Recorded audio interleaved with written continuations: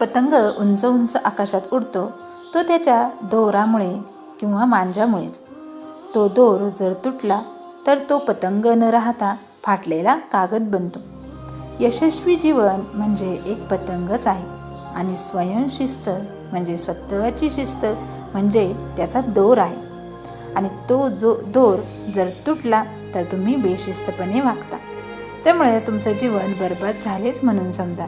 मग तुमच्याकडे किती संपत्ती, ज्ञान, कौशल्य किंवा कष्ट करण्याची तयारी असली तरीही जीवनाचे वाटोळेच होते असा सिद्धांत सांगतो.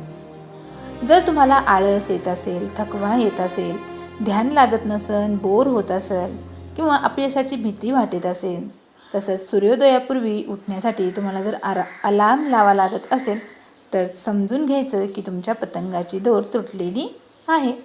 90% लोकांचा दोर हा तुटलेलाच असतो. म्हणून ते जीवनात बेशिस्तपणे वागतात आणि फेल होतात.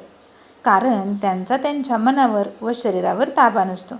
म्हणून तुम्ही कोणतीही किंमत मोजा, पण सूर्योदयापूर्वी उठण्याची, दिलेली वेळ पाळण्याची, खाण्यापिण्याची व आपल्या कामाची स्वयंशिस्त लावा व तुमच्या यशाचा पतंग हा उंच उंच बहरू द्या, यशोशिखरापर्यंत जाऊ द्या.